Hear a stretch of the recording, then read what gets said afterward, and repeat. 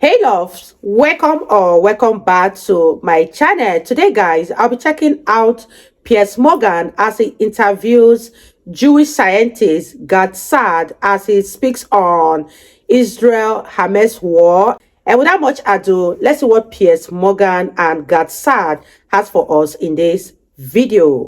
Well, for more, I'm joined from Montreal by the evolutionary behavioral scientist and author, Professor Saad. Gad, it's heartbreaking. I mean, as I came on air tonight, I heard the story of allegedly, it's not been completely verified, but there are soldiers reporting that in one village they found the corpses of 40 babies, some of whom have been beheaded. What? And we know that grandmothers who survived 40? the Holocaust were dragged off and kidnapped, and God knows what's happened to them. These are unspeakable acts of depravity. What is your reaction to this? Well, of course, I'm devastated by it, but frankly, not to sound flippant about it, it doesn't surprise me. For your viewers and listeners who may know me, I hail from Lebanon. We're Lebanese Jews. When I was 5 years old in 1970 in Lebanon and Gamal Abdel Nasser, the president of Egypt, died, the way that the people on the street were mourning his loss was to have demonstrations singing death to Jews. What did the Jews have to do with the fact that the Egyptian president had just died? When I was in grade 4 and the teacher said, everybody stand up and say what you want to be when you grow up, one of my friends with whom I played soccer stood up and said, when I grow up, I want to be a Jew killer. When we left Lebanon to move to Canada during the Civil War, and the pilot had said that we are now out of Lebanese airspace, my mother put a Star of David around my neck and said, now you don't have to hide your identity and you can be proud of who you are. Wow. So this has nothing to do with colonialism and fighting for this piece of land or that piece of land. It's an existential battle where one group of folks don't believe that the other group has a right to exist there with self-determination. Once we get rid of that mindset, there could be peace. I mean, I got to say, I don't think peace has ever looked further away in this conflict. I really think the scale of this atrocity is so appalling that it will demand probably a disproportionate response now from Israel. I don't think Prime Minister Netanyahu will feel he has any choice but to hit Palestine harder than it's ever been hit.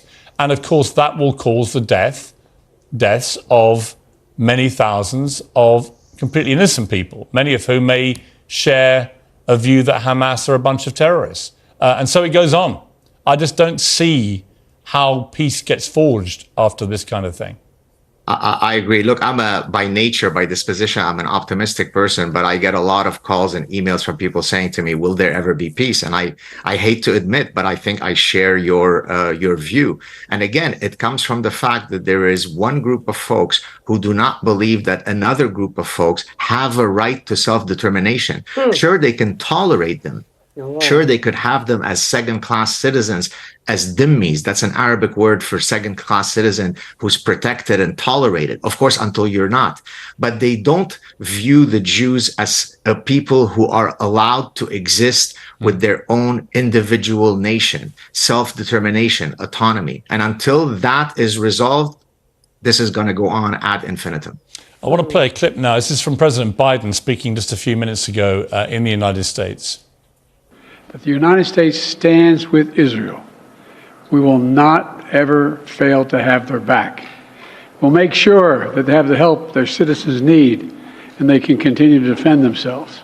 Israel has the right to defend itself and its people. Full stop. There's never justification for terrorist attacks. And my administration's support for Israel's security is rock solid and unwavering. I mean, Gad, strong words there from President Biden. It's taken him a few days to say them, I have to say. I guess the problem I have with this is Israel is going to go in, like I said, incredibly hard into Gaza. I imagine many thousands of people are going to die here. The situation in Gaza will simply get worse. It's already pretty intolerable for the 2 million people who live there, many of whom are young people who live really hopeless lives with very little chance of ever getting out, of living the dreams that most people have. I understand on the Palestinian side why they have felt oppressed. I understand it.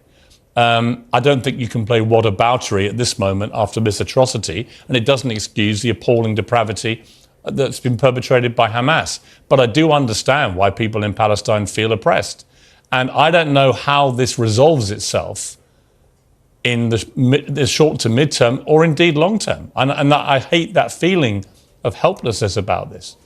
Well, it resolves itself when your moral calculus is outraged whenever any innocent is butchered in any place, right? So when I watched videos of ISIS taking 1,500 Muslim men and putting bullets in their head, I was furious. I was angry. I didn't have a tribal calculus that says, I am Jewish, so who cares if ISIS kills Muslim men? So if I see a Palestinian child who is a complete innocent bystander in the war, who is, blown up, I'm angry. By the same token, if you're seeing Holocaust survivors and Jewish babies being decapitated, then boy, is your moral compass broken if you can't garner a bit of kindness and sympathy for their plight. I completely agree. Gad, you speak so much sense. As always, great to talk to you. Thank you very much. Thank you, sir. Well, joining me now is a man many of us know as a famous television personality. He's also a former Israeli paratrooper who fought in the 1967 Six-Day War, and he's a long-term friend of Israeli Prime Minister Benjamin Netanyahu, and that's Uri Geller. Uri, great to talk to you. I wish it had been in happier circumstance. We've talked many times over the years. What is your response to what has happened here? Okay, Piers, first of all, thank you very much for inviting me onto your show. And I would like to correct you because over 1,200 people were slaughtered. And you said it, children, babies, elderly, women, men. You know what? Dogs were shot. Dogs, pets were shot. I mean, I'm outraged. And I would like to say that over 3,500 people are injured, maimed. Who knows how many tens of thousands are psychologically hurt, physically, inside their mind. They will never forget this.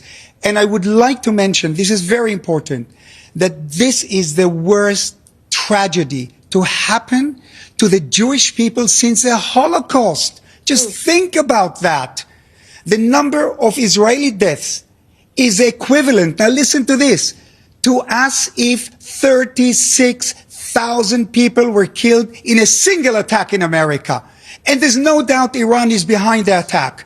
Even if we don't have yet solid proof, there is no doubt that Iran made the conditions, the right conditions for this attack to be possible. And exactly the same way as Hitler made the Holocaust possible.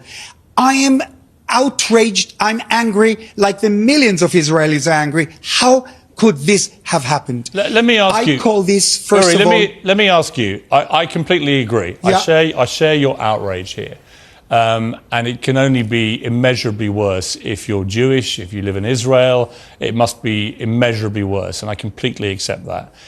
I want to just put aside this atrocity for a moment, and I want to talk about the historic conflict, and I want to ask you, how does this ever get resolved? I mean, the scale of what's happened here is so heinous that I don't have any hope that it can be resolved anytime soon. But before that, what would you have said last week about the way this ever gets resolved? Well, Piers, look, I'm not a historian. Whether you're asking me this question as an Israeli or as a psychic or to predict how this will be solved, as an Israeli, really, nobody knows yet. I'm an optimist. I'm a positive thinker. I want to believe that after this war is finished, and God knows where this war is going to take us, but I do believe in diplomacy. I do believe in negotiations. And I think in the long, long run, because I'm an optimist, I believe that there will be peace. There has to be peace. But what do you feel? Uri, let me ask you. What do you feel about the plight of the Palestinian people going back decades now? I mean, there can be no disputing the fact that 2 million people live in appalling conditions there. Very few are able to get out of there. Their conditions have just now obviously got 10 times worse, and many will say, well, good, they deserve it, but many of them are completely innocent people. Their women, children will get killed as well in this process. And I just wonder, how do you deal with Gaza? I mean, what happens there? Okay, look, again, tragically, after this massacre, the gloves are off. They have to be off. Otherwise, this will never, never, ever stop. Look, I feel for the Palestinian people, especially for the children. Children are being hurt on both sides. Ironically, believe it or not, I am connected. I support a worldwide charity that is based in Israel called Save a Child's Heart. We've saved over 7,000 children with open heart surgery.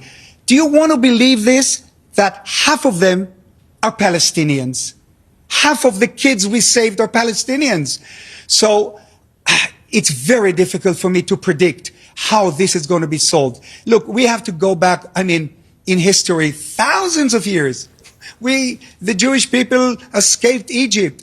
We were persecuted for not decades, but not hundreds of years, but thousands of years. And this is one part of this frenzy of war that is happening and is creating chaos, not only in the Middle East, but probably around the world. Look, let me bring back the Iranians. For the Iranians now, this gives time to continue building the nuclear bomb. A nuclear bomb in the hands of Iran, that's deadly worldwide. I don't have to tell you, Piers, what would happen if a nuclear bomb explodes in Europe. Forget it. Forget it. The whole world, radiation travels in air, with wind. It's deadly. And we have to focus not only on this immediate conflict now, but we have to make sure Iran does not get the nuclear bomb. I agree. And I think like Iran's, although it's not been established beyond doubt yet, I think it's pretty obvious that Hamas could not have carried out something of this scale without the help of Iran, in terms of training, in terms of funding, in terms of all of it. And they remain a global menace and must be treated as such. Uri, I've got to leave it there. Thank you very much indeed for joining me. As I say, I wish Thank you very much, and God bless you all. I wish it was in better circumstances. And my thoughts with everybody over where you are. Thank you very much. Wow, you guys, hearing all of this really, really broke my heart. Imagine innocent children being slaughtered for nothing. Oh my gosh, you guys. And one thing I know is that war is not something anyone should witness in this lifetime, because it can break lives, it can break family apart. It does so many harm than good. I don't know why people actually go to war. And I hope that the two countries involved in this war will come to terms and make peace on time, so that innocent lives will not just be wasted like that. Let me know what you guys think about this. Leave your comments in the comment section. I really had fun reacting to this video. If you guys totally enjoyed watching, give it a massive thumbs up, and I'll see you guys in the next one. Bye, guys.